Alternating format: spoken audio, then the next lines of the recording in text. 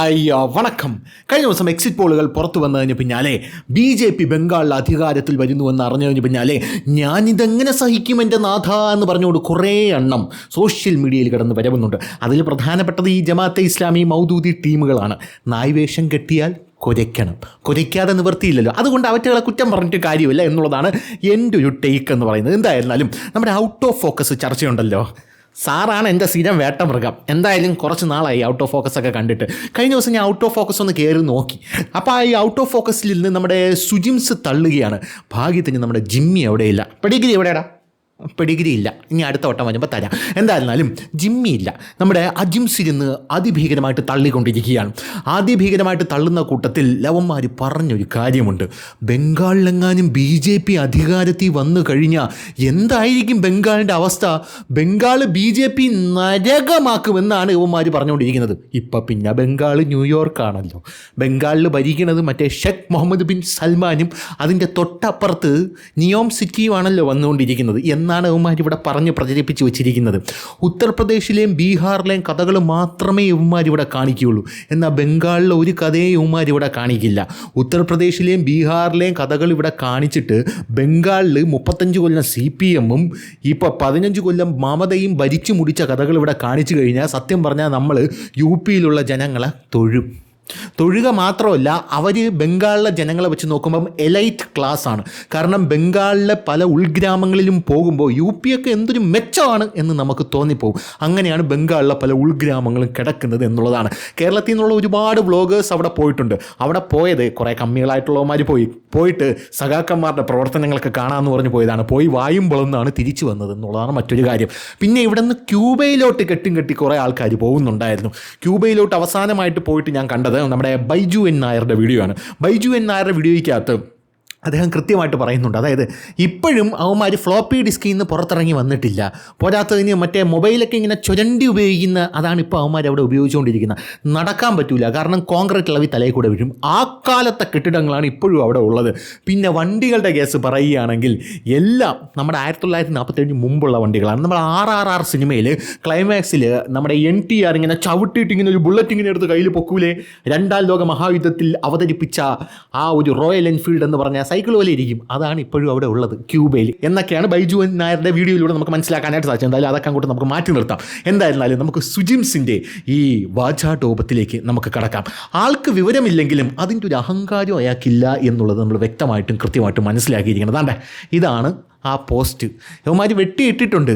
മറ്റേ ചാനൽ അടിച്ചു പോയല്ലോ, അതായത് മീഡിയ ഫണ്ട് എന്ന് പറയുന്ന ചാനലുണ്ടല്ലോ, ആ ചാനലിൻ്റെ ഫേസ്ബുക്ക് പേജ് അടിച്ചു പോയി. പ്രധാനമന്ത്രി നരേന്ദ്രമോദിയെ ജിമ്മി ഉണ്ടല്ലോ ചാണകത്തലേനെന്ന് വിളിച്ചത് കൊണ്ടാണ് ഇത് അടിച്ചു പോയത് എന്ന് പല കിംവദന്തികളുമുണ്ട്. എന്തായാലും ഇത് അടിച്ചു പോയാലും ഇത് മൊത്തത്തിൽ പൂട്ടിപ്പോയാലും സന്തോഷം മാത്രമേ ഉള്ളൂ. നമുക്ക് തിരിപ്പോൾ ഞാൻ കണ്ടൻറ്റ് കുറയും എങ്കിലും നാട്ടിൽ സ്വസ്ഥത ഉണ്ടാവുമല്ലോ എന്നുള്ളതാണ് പല ആൾക്കാരും പറഞ്ഞുകൊണ്ടിരിക്കുന്നത്. എന്തായാലും അതൊക്കെ അവിടെ നിൽക്കട്ടെ.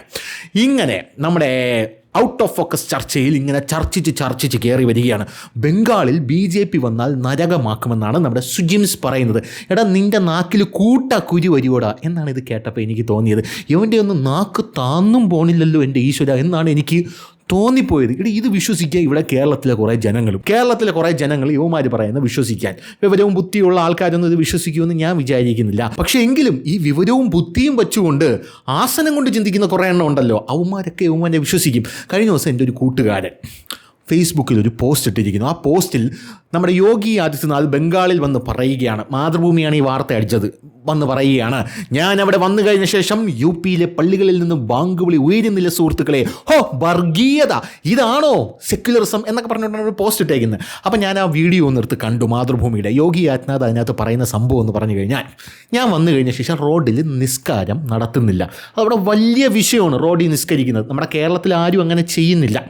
കേരളത്തിൽ അങ്ങനെ ചെയ്തു കഴിഞ്ഞാൽ ഇടയ്ക്കൊരു ഉമ്മ അങ്ങനെ ചെയ്ത് നമ്മൾ കണ്ടിട്ടുണ്ട്. പക്ഷേ അവർ പ്രതിഷേധമായിട്ടാണ് അത് ചെയ്തത്. അന്ന് സോഷ്യൽ മീഡിയ കലാപ സമാനമായിരുന്നു. അപ്പോൾ UP-യിൽ ഇവിടെ തുരു റോഡിൽ നിസ്കരിക്കും. അങ്ങനെ നിസ്കരിക്കുന്ന സമയത്ത് അവിടെ കലാപം ഉണ്ടാവാനുള്ള സാധ്യത വളരെ കൂടുതലാണ്. അതുകൊണ്ട് അത് ഒഴിവാക്കാൻ ഇനി നിസ്കരിക്കേണ്ട എന്ന് പറഞ്ഞ് അങ്ങനെ യോഗി ആദിത്യനാഥ് അത് തുടച്ച് നീക്കി. രണ്ടാമത്തെ കാര്യം എന്ന് പറയുന്നത്, അവിടെ 2005 സുപ്രീം കോടതിയുടെ ഉത്തരവ് അറിയാമോ? അതായത് ഈ കോളാമ്പി ഉണ്ടല്ലോ, കോളാമ്പി ഇത്ര ഡെസിബലിന് താഴെ ആയിരിക്കണം. അപ്പോൾ അതുവഴി ബാങ്ക് വിളിക്കാൻ പാടില്ല. അതുകൊണ്ട് നിങ്ങൾ ബോക്സ് വെച്ച് വിളിച്ചൂടെ? നിങ്ങൾ ബോക്സ് വെച്ച് വിളിക്കുക, നിങ്ങൾക്കും തൊട്ടപ്പുറത്ത് ഇപ്പുറത്ത് ഇരിക്കുന്ന ആൾക്കാർക്കൊക്കെ കേട്ടാൽ മതില്ല. അത് വെച്ച് വിളിക്കുന്ന പറഞ്ഞ് കോളാമ്പിയൊക്കെ ഇങ്ങ് പിടിച്ചെടുത്ത് അത് സ്കൂളുകൾക്ക് കൊടുത്തു. കോളാമ്പി സ്കൂളുകൾക്കും ആശുപത്രികൾക്കും അതും കുറഞ്ഞ അളവിൽ ഉപയോഗിക്കാനാണ് കൊടുത്തത്.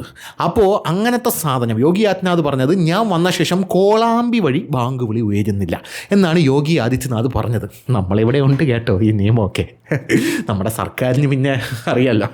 എന്തായിരുന്നാലും അത് യോഗി ആദിത്യനാഥ് പറഞ്ഞതിന് ഇവിടുത്തെ മാതൃഭൂമി ന്യൂസ്, സുഡാപ്പികളാണ് അവന്മാരെ ഭൂരിഭാഗം ഷെയർ വാങ്ങിച്ചിരിക്കണം അറിയാമല്ലോ. ഈ മാതൃഭൂമി ന്യൂസ് പറഞ്ഞിരിക്കുന്നത് യോഗി ആദിത്യനാഥ് വന്ന ശേഷം ഇങ്ങനെയാണ് പറയണത് എന്ന് പറഞ്ഞുകൊണ്ടാണ് വാർത്ത അടിച്ചിരിക്കുന്നത്. അപ്പോൾ ഇതൊക്കെ വിശ്വസിക്കാനും കുറേ ടീമുകളുണ്ട് എന്നുള്ളതാണ് പ്രധാനപ്പെട്ട കാര്യം എന്ന് പറയുന്നത്. എന്തായിരുന്നാലും സുജിംസ് പറയുന്ന ഒരു പ്രധാനപ്പെട്ട കാര്യം, ഇൻഹെറിറ്റൻസ് വയലൻസ് അത് ബംഗാളിൽ വളരെ കൂടുതലാണ്. സമ്മതിച്ചു എന്നല്ലോ. അതായത് രക്തത്തിൽ ഊറിക്കിടക്കുകയാണ് ബംഗാളിലെ ജനങ്ങൾക്കിടയിൽ വയലൻസ്. ബംഗാളിലെ ജനങ്ങൾക്കിടയിൽ രക്തത്തിൽ ഊറിക്കിടക്കുകയാണ്. ഭാഗ്യം അവിടെ BJP ഭരിക്കാത്ത, ഇല്ലെങ്കിൽ ഇവൻ എല്ലാം കൂടെ എടുത്ത് BJP മണ്ടയെ കൊണ്ട് വെച്ചാൽ. ഈ ഗുജറാത്തിലെ വല്ലതുമാണ് പറയണമെങ്കിൽ ഇവൻ പറയും ജനങ്ങളൊക്കെ പാവങ്ങളാണ്, പ്രത്യേകിച്ച് പിന്നെ സംഘികളാണ് ക്രൂരന്മാർ, പിന്നെ മോദിയാണ് അവിടെ നരാധമൻ എന്നങ്ങ് പറഞ്ഞ് പരത്തിയേനെ. ഇവിടെ BJP ഭരിക്കാത്തതുകൊണ്ട് ജനങ്ങളെല്ലാം ജനങ്ങളുടെ തലയിൽ. എങ്ങനെ കലാപം ഉണ്ടാകുന്നു? ജനങ്ങൾ ഉണ്ടാക്കുന്നു. അല്ലാതെ നമുക്ക് എന്ത് ചെയ്യാൻ പറ്റും? ഭരണാധികാരികളോ അയ്യോ അവരൊക്കെ പാവങ്ങൾ, അവരൊന്നും പറയാൻ പാടില്ല എന്നുള്ള രീതിയിലാണ് ഇവൻ ഇത് പറഞ്ഞുകൊണ്ട് മുന്നോട്ട് പോകുന്നത്. ഗുജറാത്തിലാണെങ്കിൽ മോദിയുടെ തലയിൽ, ഉത്തർപ്രദേശിലാണെങ്കിൽ യോഗിയുടെ തലയിൽ, ബീഹാറിലാണെങ്കിൽ അവിടുത്തെ ഭരണാധികാരിയുടെ തലയിൽ, ഡൽഹിയിലാണെങ്കിൽ രേഖാ ഗുപ്തയുടെ തലയിൽ, മധ്യപ്രദേശിലാണെങ്കിൽ അവിടുത്തെ ആൾക്കാരുടെ തലയിൽ, വല്ല ശിവരാജ് സിംഗ് ചൗഹാൻ്റെയൊക്കെ തലയെ കൊണ്ട് വയ്ക്കായിരുന്നു. പിന്നെ ബംഗാളിൽ ഇവർ ഭരിച്ചിട്ടില്ല. ഒരു കാര്യം ചെയ്യാം, 4-ാം തീയതി ഇവർ ഭരണത്തിൽ കയറണമെങ്കിൽ 5-ാം തീയതി തൊട്ട് അവിടെ കിടക്കുന്ന ഓടക്കുഴിയൊക്കെ ഇവരെ തലയെ കൊണ്ട് വയ്ക്കുക എന്നുള്ളതായിരിക്കും ഇവരുടെ മൈൻഡ് സെറ്റ് എന്ന് പറയുന്നത്. എന്തായിരുന്നാലും ഇയാൾ പറയുന്നത് ഇൻഹെറിറ്റൻറ്റ് വയലൻസ് ആണ് ബംഗാളിലുള്ളത്. വയലൻസ് ഇങ്ങനെ ഊറി കിടക്കുകയാണ് അവരുടെ ഒരു ബ്ലഡിൽ എന്ന് പറയുന്നത്. അവരാര് ഭരിക്കാൻ വന്നാലും ഉണ്ടല്ലോ വയലൻ്റ് ആയിട്ട് അങ്ങ് ഭരിച്ചു കളയും. അതാണ് ബംഗാളിലെ സെറ്റപ്പ് എന്ന് പറയുന്നത്. പിന്നെ പോളറൈസേഷൻ അത് ബംഗാളിലുണ്ട് എന്നും ഇയാൾ സമ്മതിക്കുന്നുണ്ട്. അതായത് പോളറൈസേഷൻ ബംഗാളിൽ, വർഗീയ ധ്രുവീകരണം ഇത് ബംഗാളിലുണ്ടെന്നാണ്. അവിടെ ഇതുവരെ BJP ഭരിച്ചിട്ടില്ല. ബംഗാളിലും BJP അടുപ്പിച്ചിട്ടില്ല. അവിടെ സമ്മതിച്ചു. CPM ആണ് അവിടെ ഭരിച്ചുകൊണ്ടിരുന്നത്. അത് കഴിഞ്ഞ് മമതാ ബാനർജി ഭരിച്ചു. അവിടെയാണ് ഏറ്റവും കൂടുതൽ പോളറൈസേഷൻ ഉള്ളത്. ഹിന്ദുക്കളെ കൊന്ന് തള്ളിക്കൊണ്ടിരിക്കുകയാണ് ബംഗാളിൽ എന്ന് പറയുന്നത്. നിങ്ങൾക്ക് അറിയാമോ എന്ന് എനിക്കറിയില്ല. 2021 ആണെന്ന് തോന്നുന്നു. ഈ ബംഗാളിൽ വലിയ രീതിയിൽ ഹിന്ദുക്കൾക്കെതിരെ ആക്രമണം ഉണ്ടായപ്പോൾ ഏഷ്യാനെറ്റിലെ PR പ്രവീണ എന്ന് പറയുന്ന മാധ്യമപ്രവർത്തകയെ ഒരാൾ വിളിച്ചു. എന്നിട്ട് എന്തുകൊണ്ട് ആ വാർത്ത കൊടുത്തില്ല എന്ന് പറയുന്നു. അപ്പോൾ PR പ്രവീണ തിരിച്ച് ദേഷ്യപ്പെടുമ്പോൾ ഇയാൾ ചോദിക്കുന്നു, നിങ്ങൾ പാകിസ്ഥാനിലാണോ ജീവിക്കുന്നതെന്ന് ചോദിക്കുന്നു. അപ്പോൾ PR പ്രവീണ പറയുന്നു, ഞാൻ പാകിസ്ഥാനിലാടാ ജീവിക്കുന്നത്, നീ പോയി കേസ് കൊടു എന്ന് പറയുന്നു. അങ്ങനെയാണ് അവർ ഏഷ്യാനെറ്റിൽ നിന്നൊക്കെ പുറത്തു പോകുന്നത്. അപ്പോൾ അന്ന് വലിയ രീതിയിൽ കേരളത്തിൽ ഇതൊക്കെ ചർച്ചയായിട്ടുണ്ട്. പക്ഷേ വേറൊരു മാധ്യമങ്ങളും ഇത് ചർച്ചയാക്കാനായിട്ട് തയ്യാറായിട്ടില്ല. അങ്ങനെ ബംഗാളിൽ ഒരുപാട് പ്രശ്നങ്ങൾ ഇങ്ങനെ ഉണ്ടായിട്ടുണ്ട്. കലാപങ്ങളുടെ ഒരു പൂരം തന്നെ അവിടെ ഉണ്ടായിട്ടുണ്ട്. ആ ബംഗാളിനെയാണ് BJP നരകമാക്കും എന്ന് ലവം പറഞ്ഞുകൊണ്ടിരിക്കുന്നത് കേട്ടോ. ആ ബംഗാളിനെയാണ് BJP എങ്ങനെയെങ്കിലും അതിൽ നിന്ന് രക്ഷിച്ച് കരകയറ്റാനാണ് BJP ഇവിടെ വരണമെന്ന് അവിടുത്തെ ജനങ്ങൾ ആഗ്രഹിക്കുന്നത്. ഇവന്മാർക്ക് ആ ജനങ്ങൾ കുപ്പക്കുഴിയിൽ തന്നെ കിടക്കണം, പക്ഷേ മതം വളരണം. കാരണം ഒരു മതം, അതിപ്പോൾ ഏത് മതമെന്നൊന്നും ഞാൻ നോക്കുന്നില്ല, ഈ കുപ്പക്കുഴി കിടന്നാലേ വളരും. അതാണ് മതത്തിൻ്റെ ഒരു പ്രത്യേകത. എപ്പോഴും ദരിദ്രർ കൂടിയാൽ മാത്രമേ മതം വളരാനായിട്ട് സാധിക്കുകയുള്ളൂ. അത് ഏത് മതമാണെങ്കിലും എനിക്ക് പ്രശ്നമുള്ള കാര്യമല്ല. ദരിദ്രർ കൂടണം. ഇത് ഞാൻ പറഞ്ഞാൽ ഇത് ഓഷോ പറഞ്ഞിട്ടുള്ള കാര്യമാണ്. അതായത് ദരിദ്രർ എവിടെയുണ്ടോ അവിടെയാണ് ഈശ്വര ചിന്തയും ഈശ്വരൻ്റെ കച്ചവടവും കൂടുതലായിട്ട് വിറ്റുപോകുന്നത്. ഇത് പണക്കാരായിട്ടുള്ള ആൾക്കാരോടാണ് ഓഷോ പറഞ്ഞുകൊണ്ടിരിക്കുന്നത്. ഓഷോയ്ക്ക് 99 റോൾസ് റോയ്സ് ഉണ്ടല്ലോ. ഈ റോൾസ് റോയ്സ് ഉള്ളവരൊക്കെ കോടീശ്വരന്മാരാണ്. ആ റോൾസ് റോയ്സ് ഒക്കെ ഓഷോയ്ക്ക് കൊണ്ടു കൊടുത്തിട്ട് ഇവന്മാർ ഓഷോയുടെ കാൽ കീഴിൽ ഇങ്ങനെ ഇരിക്കും. അപ്പോൾ ഓഷോ പറയും, നിങ്ങൾക്ക് ദൈവത്തിനെ കുറിച്ച് ചിന്തയുണ്ടോ? If everything is going good, who cares about God? അതായത് എല്ലാം നല്ല പോലെ പോകുന്നെങ്കിൽ ആര് ചിന്തിക്കുന്നു ദൈവത്തെക്കുറിച്ച് എന്നാണ് ഓഷോ പറയുന്നത്. പക്ഷേ ദരിദ്രർക്കിടയിൽ ദൈവം നല്ലൊരു കച്ചവടമാണ്.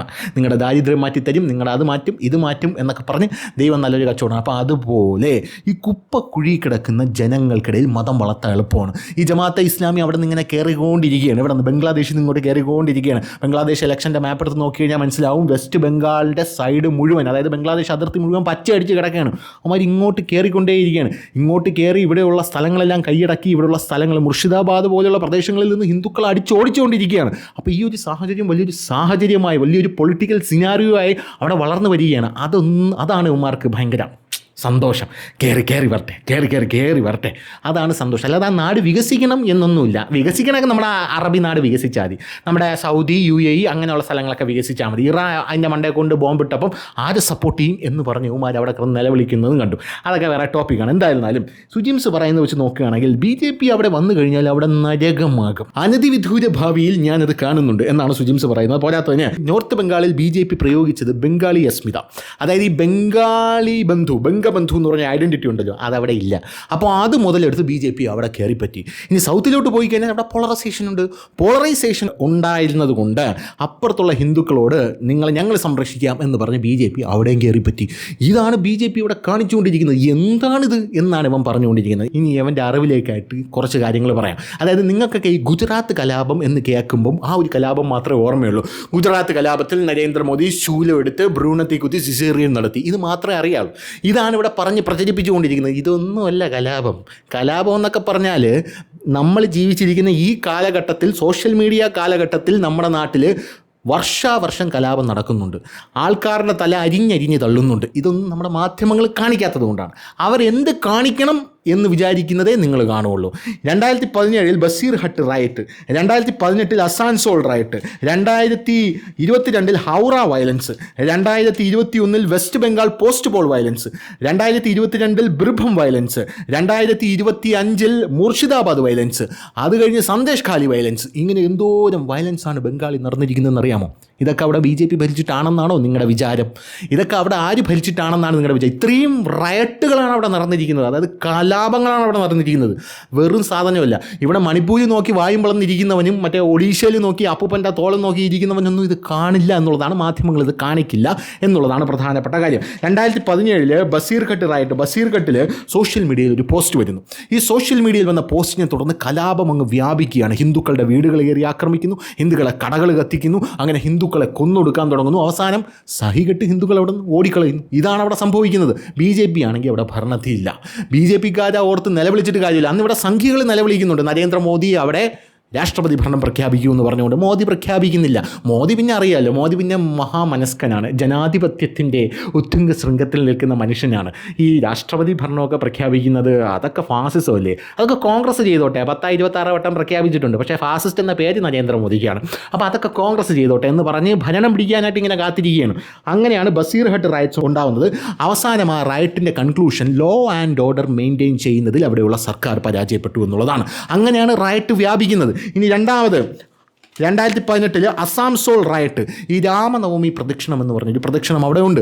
അത് വരുമ്പോൾ അതിൽ വലിയ രീതിയിലുള്ള കലാപം സൃഷ്ടിക്കാനായിട്ട് അവിടെയുള്ള മതമൗലികവാദികൾ ശ്രമിക്കും. ഇത് കല്ലെടുത്തെറിയുക, ഇതിന് നേരെ തുപ്പുക, ഇതിന് നേരെ ബോംബെറിയുക, ഇങ്ങനെയുള്ള പല കാര്യങ്ങളും. അങ്ങനെ ഉണ്ടായ റയറ്റാണ് ഈ അസാൻസോൾ റയറ്റ്. അവിടെയും കൊല്ലപ്പെട്ടു കുറേ പേര്. ഇനി 2022 ഹൗറ വയലൻസ്, അതും രാമനവമി പ്രദക്ഷിണത്തിന് എതിരെ നടന്ന റയറ്റാണ്. അങ്ങനെയാണ് സുവേന്ദു അധികാരി അവിടെ BJPയുടെ സംസ്ഥാന അധ്യക്ഷൻ അവിടെ 50,000 കേന്ദ്രങ്ങളിൽ രാമനവമി പ്രദക്ഷിണം നടത്താനുള്ള ആഹ്വാനം ചെയ്യുന്നത്. അത് അവസാനം അവർ നടത്തിയെടുക്കുകയും ചെയ്തു. അതവരുടെ അവകാശമാണ്. നിങ്ങൾ ഇടയ്ക്കിടയ്ക്ക് പറയില്ലേ മതം പ്രചരിപ്പിക്കാനും മതം പരത്താനുമുള്ള സ്വാതന്ത്ര്യം വേണമെന്ന്, അതുപോലെ തന്നെ അവിടെ അവർക്ക്. അപ്പോൾ അങ്ങനെ അത് നടത്തിയെടുത്തു എന്നുള്ളതാണ് പ്രധാനപ്പെട്ട കാര്യം. ഇനി വെസ്റ്റ് ബംഗാളിലെ പോസ്റ്റ് പോൾ വയലൻസ് 2021 BJP വരുമെന്ന് അവിടെയുള്ള പല ആൾക്കാരും വിചാരിച്ചു.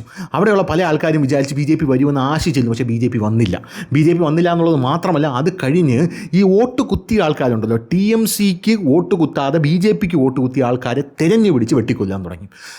ജില്ലകൾ മുഴുവൻ ഈ കലാപം വ്യാപിക്കുകയുണ്ടായി. ഹിന്ദുക്കൾ ഒരുപാട് പേര് അവരുടെ സ്ഥലങ്ങളെല്ലാം പരിത്യജിച്ച് പോകേണ്ട ഒരു അവസ്ഥ അവിടെ ഉണ്ടായി എന്നുള്ളതാണ് പ്രധാനപ്പെട്ട കാര്യം എന്ന് പറയുന്നത്. എങ്ങനെയാണ് ഇവർ കണ്ടെത്തുന്നതെന്ന് അറിയാമോ? BJPക്കാണ് ഇവർ വോട്ട് ചെയ്തതെന്നും. അതായത് പോളിംഗ് ബൂത്തിൻ്റെ വെളിയിൽ മമതാ ബാനർജിയുടെ ജംഗിൾ രാജിൻ്റെ ഗുണ്ടകൾ നിൽക്കും. എന്നിട്ട് അകത്ത് പോയിട്ട് വന്നിട്ട് തിരിച്ചു വരുന്നവൻ്റെ കൈ പിടിച്ച് ഇവന്മാർ മണപ്പിച്ച് നോക്കുമ്പോൾ ഇവന്മാർ BJPയുടെ ചിഹ്നത്തിൽ വിക്സ് പുരട്ടി വെച്ചേക്കും.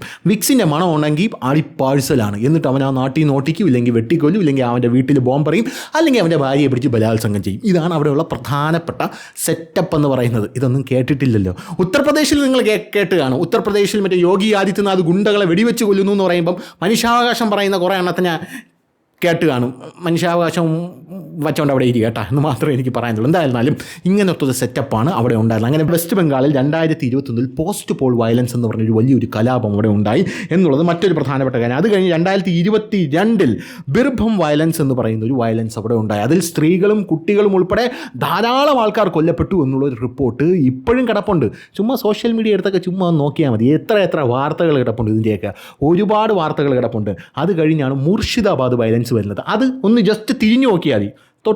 അടുത്ത ദിവസമാണ് നടന്നത്. അതായത് ഈ വഖഫ് ഭേദഗതി നിയമം വന്നല്ലോ, ആ ഭേദഗതി നരേന്ദ്രമോദി കൊണ്ടുവന്നതിൽ രോഷാകുലരായിട്ടുള്ള മതമൗലികവാദികൾ അവിടെ നടത്തിയ വയലൻസാണ്.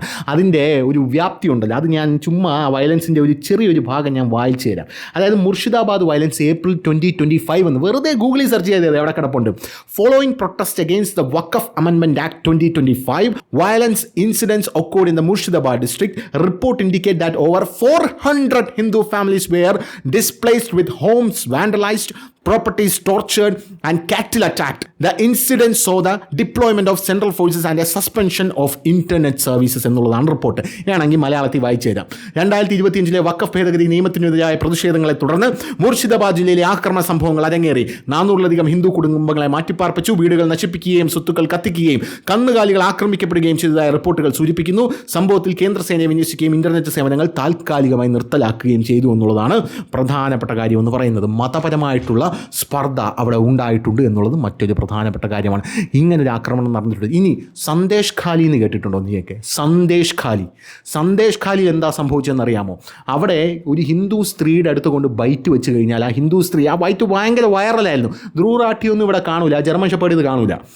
ആ സന്ദേശ് ഖാലിയിലെ സ്ത്രീയോട് അവിടെയുള്ള മാധ്യമപ്രവർത്തകൻ പറയുന്നു, മമതാ ബാനർജി ഇത്തവണ തന്നില്ലേ, സ്ത്രീകൾക്ക് എന്ത് തന്നു എന്ന് ചോദിക്കുമ്പോൾ ആ സ്ത്രീ വളരെ വിഷമിച്ച് ഹൃദയം തകർന്ന് പറയുകയാണ്, നമുക്കൊന്നും തന്നില്ല. പിന്നെ മമതയുടെ ആകെ ഉള്ളൊരു ഗുണമെന്ന് പറയുന്നത്, ഞാനിപ്പോൾ ബലാത്സംഗം ചെയ്യപ്പെടുകയാണെങ്കിൽ അവരെനിക്ക് 10 ലക്ഷം രൂപ വെച്ച് തരും. അങ്ങനൊരു യോജന അവർ കൊണ്ടുവന്നിട്ടുണ്ട്. അവർ വളരെ വിഷമിച്ചാണ് പറയുന്നത്.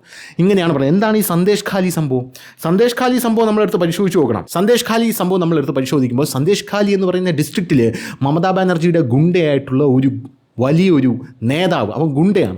അവൻ അവിടെയുള്ള സ്ത്രീകളെ, ഒരു ഗ്രാമത്തിലെ മുഴുവൻ സ്ത്രീകളെ റേപ്പ് ചെയ്തുകൊണ്ടിരിക്കുകയാണ്. അതും ഹിന്ദു സ്ത്രീകളെ തെരഞ്ഞു പിടിച്ച് റേപ്പ് ചെയ്തുകൊണ്ടിരിക്കുകയാണ്. അവരുടെ ലാൻഡ് അക്വിസിഷൻ നടത്തിക്കൊണ്ടിരിക്കുകയാണ്. അങ്ങനെ അവസാനം ഈ സംഭവം പുറത്തു വന്നപ്പോൾ ഞെട്ടിപ്പോയി അവിടെയുള്ള ജനങ്ങളെല്ലാം. നമ്മുടെ രാജ്യം വരെ ഞെട്ടി. കേരളത്തിൽ ഇതൊന്നും വലിയ രീതിയിൽ അറിയാത്തത് കൊണ്ടാണ്. അതാണ് സന്ദേശ് ഖാലി വിഷയം എന്ന് പറയുന്നത്. അങ്ങനെ അവിടെയുള്ള സ്ത്രീകളെ റേപ്പ് ചെയ്ത് ആ റേപ്പിന് വഴങ്ങാത്ത സ്ത്രീകളെ കൊന്നൊടുക്കിക്കൊണ്ടിരുന്ന ഒരു പഞ്ഞ അലവലാതിയുടെ കഥയാണ് ഈ സന്ദേശ് ഖാലി എന്ന് പറയുന്നത്. ഇതും മമതാ ബാനർജിയുടെ ആ ഒരു തെരഞ്ഞെടുപ്പിൻ്റെ അല്ലെങ്കിൽ ആ ഒരു ഭരണത്തിൻ്റെ കീഴിൽ നടന്നതാണ്. ഇനി അത് കഴിഞ്ഞ് ആർജിക്കറിലെ സംഭവം അറിയാമല്ലോ. ആർജിക്കറിൽ ഒരു സ്ത്രീ, അതായത് ഒരു ഡോക്ടർ റേപ്പ് ചെയ്യപ്പെട്ട സംഭവം അറിയാമല്ലോ. ആർജിക്കർ ആശുപത്രിയിൽ നമ്മുടെ രാജ്യവ്യാപകമായിട്ടുള്ള പ്രതിഷേധമാണ് ഉണ്ടായത്. രാഹുൽ ഗാന്ധി ഒന്നും മിണ്ടിയില്ല. ബൈറ്റ് കൊണ്ടുവച്ചപ്പോൾ രാഹുൽ ഗാന്ധിയുടെ തനിക്കോണം പുറത്തു വന്നു. രാഹുൽ ഗാന്ധി, മാധ്യമ സ്വാതന്ത്ര്യം പറയുന്ന രാഹുൽ ഗാന്ധി മാധ്യമങ്ങളുടെ ആസനത്തിൽ കുന്തം കുത്തിക്കയറ്റുന്ന കാഴ്ചയാണ് ആ സമയത്ത് കാണാനായിട്ട് സാധിച്ചത്. ആ ആർജിക്കർ ആശുപത്രിയിലെ പീഡിപ്പിക്കപ്പെട്ട് മരണപ്പെട്ട, ബലാത്സംഗത്തിനിരയായ കൊല്ലപ്പെട്ട ആ പെൺകുട്ടിയുടെ അമ്മ ഇന്ന് BJP കാൻഡിഡേറ്റാണ് വെസ്റ്റ് ബംഗാളിൽ. അത് മനസ്സിലാക്കണം. അതുകൊണ്ട് നിൻ്റെയൊക്കെ ഈ അജണ്ട 8 മടക്കി മടിക്കുത്തിനെ താഴോട്ടെടുത്ത് അങ്ങ് തിരികെ വെച്ചാൽ മതി എന്ന് മാത്രമേ പറയാനുള്ളൂ. കേട്ടല്ലോ? അപ്പം ശരി.